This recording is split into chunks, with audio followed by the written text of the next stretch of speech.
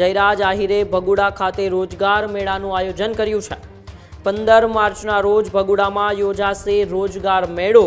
સાણંદ અને અમદાવાદની કંપનીમાં નોકરી અંગે એ પસંદગી કરાશે। આમ તો છેલ્લા કેટલાય સમયથી એ ગુજરાતની અંદર જયરાજ આહિર ખૂબ ચર્ચામાં હતા।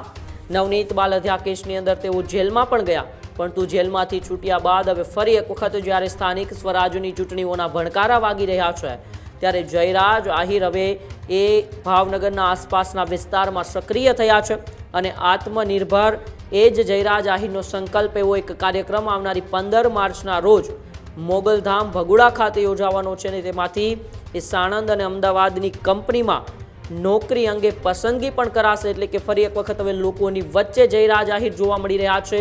એ પોસ્ટરો પણ તેમના સંકલ્પ કાર્યક્રમના છે એ અત્યારે વાયરલ થઈ રહ્યા છે। મોટી સંખ્યાની અંદર લોકો પણ હાજર રહેશે અને ત્યાં એ કંપનીઓ દ્વારા ત્યાંના વિસ્તારના લોકોને રોજગાર આપવામાં આવશે એવી અત્યારે એ જાહેરાત છે જે જયરાજ આહિરે કરી છે।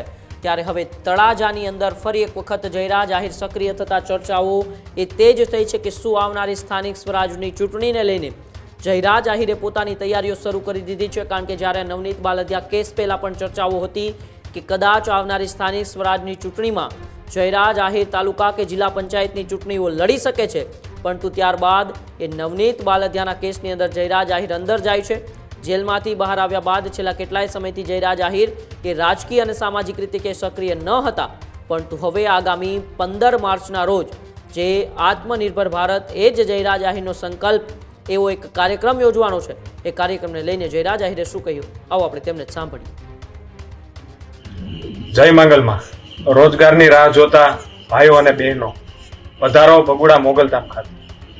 આવનારી તારીખ 15/3/2026ના રોજે ભગુડા મોગલધામ ખાતે ભવ્ય રોજગાર મેળાનું આયોજન કરવા જઈ રહ્યા છે। આ પહેલા પણ રોજગાર મેળાનું આયોજન અમારા દ્વારા કરવામાં આવ્યું હતું અને હજારોની સંખ્યામાં ભાઈઓ અને બહેનોને નોકરી અપાવવાનું સૌભાગ્ય મને મળી ચૂક્યું છે। ત્યારે તેવી જ તક ફરી એકવાર અમે લઈને આવી રહ્યા હોય ત્યારે આ કેમ્પ ભાઈઓ અને બહેનો બંને માટેનો રોજગાર કેમ્પ છે। તેમાં તેમની લાયકાત, પગાર ધોરણ અને સમગ્ર વિગત હું આ વિડીયોના પોસ્ટરમાં મૂકવાનો છું। તેમાં આપને સમગ્ર વિગત મળી રહેશે। આપ સૌને હું દાવા સાથે કહું છું કે ખૂબ ઓછા સમયમાં ભાઈઓ અને બહેનોને નોકરી મળી રહેશે એવી સુંદર વ્યવસ્થા અમારા દ્વારા કરવામાં આવી હોય ત્યારે ફરી એકવાર આપ સૌને આ રોજગાર મેળામાં પધારવા હું ભાવભર્યું નિમંત્રણ આપું છું। જય દ્વારકા।